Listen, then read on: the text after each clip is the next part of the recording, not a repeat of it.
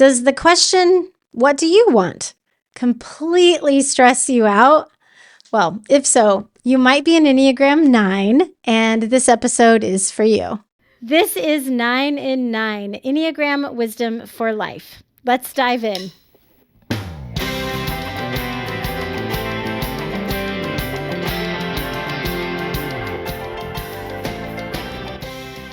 Well, welcome to the one question that changes everything. This series is inspired by the work I've done with students and clients within my Enneagram classes and coaching. And today we're going to focus in on the Enneagram 9s.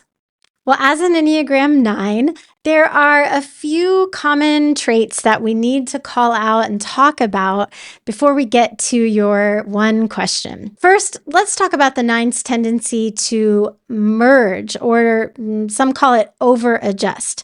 Now, all this is simply the 9 being the easygoing, wanting to not rock the boat or create any waves. It's their ability to just merge with what other people are doing, maybe what other people want to do, or what other people even think or their opinion. The 9 can easily find themselves, maybe at one point they were in their own lane, but now suddenly they're kind of just a passenger in somebody else's car driving down a road that other person has chosen. This is what merging is, or over adjusting. And it can honestly lead a 9 to this point of resignation where it didn't really matter what I wanted, or it doesn't really matter because if I just go with this, then everybody will be happier and we'll all get along, and it'll just be so much easier if I just resign myself and go with the flow.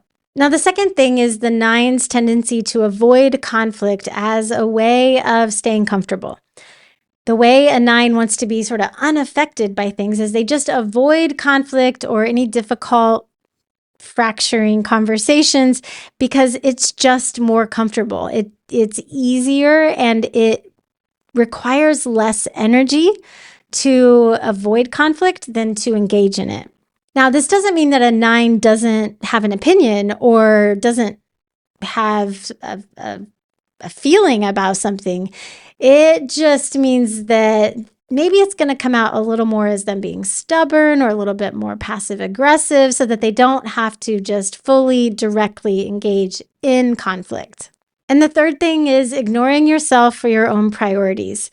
It's so easy for the 9 who is going with the flow, who is, getting along with everybody, who is keeping everybody else happy, to ignore the fact that maybe they wanted something that just got overlooked. I think of a sweet client of mine who, when she went to Epcot Center, she wanted nothing else except to see the floral display in the spring.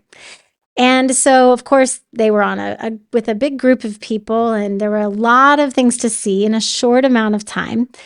And when she got home, I asked her, "Oh, did you get to see the flowers?" And she said, "Well, no, it really just didn't work out. I had to chaperone some kids." And so, it's this idea of like going all the way to Epcot, wanting just one thing, but kind of forgetting it or allowing other people's priorities to take precedence. And so the one question for the 9 is, what do I want? And this question tends to really scare most 9s because you haven't had a lot of practice of really figuring that out.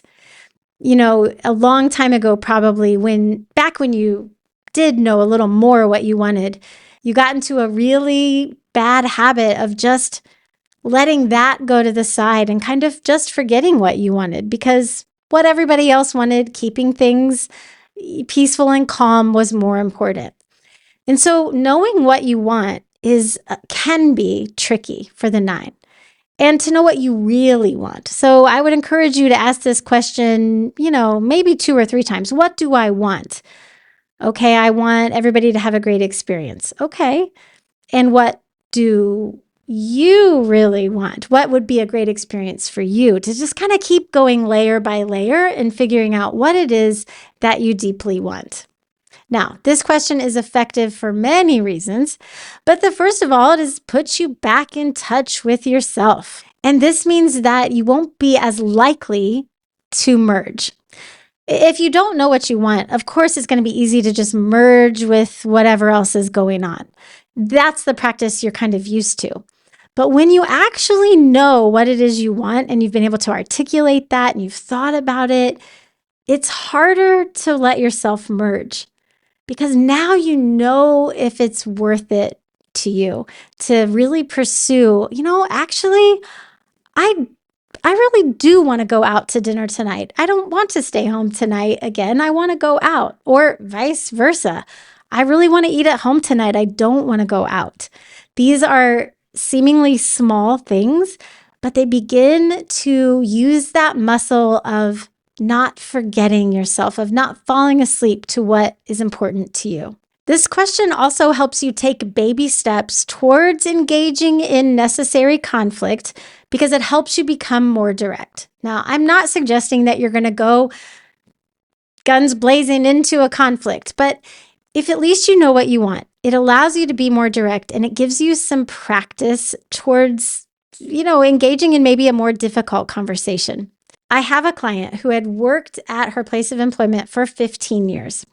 And as HR often does, they sent out some acknowledgments about anybody that had worked at the company, at these milestone years, 5 years, 10 years, 15 years, 25 years. Well, she noticed that her name got left off the list. And her first instinct was to say, oh, that doesn't matter. It doesn't matter if they send my name out on an email list. I'm sure it was just an oversight. That would take a lot of effort to, email the human resources department, and then they'd have to fix it, and then they'd have to send out a correction, and that just feels like unnecessary, and, it doesn't really matter.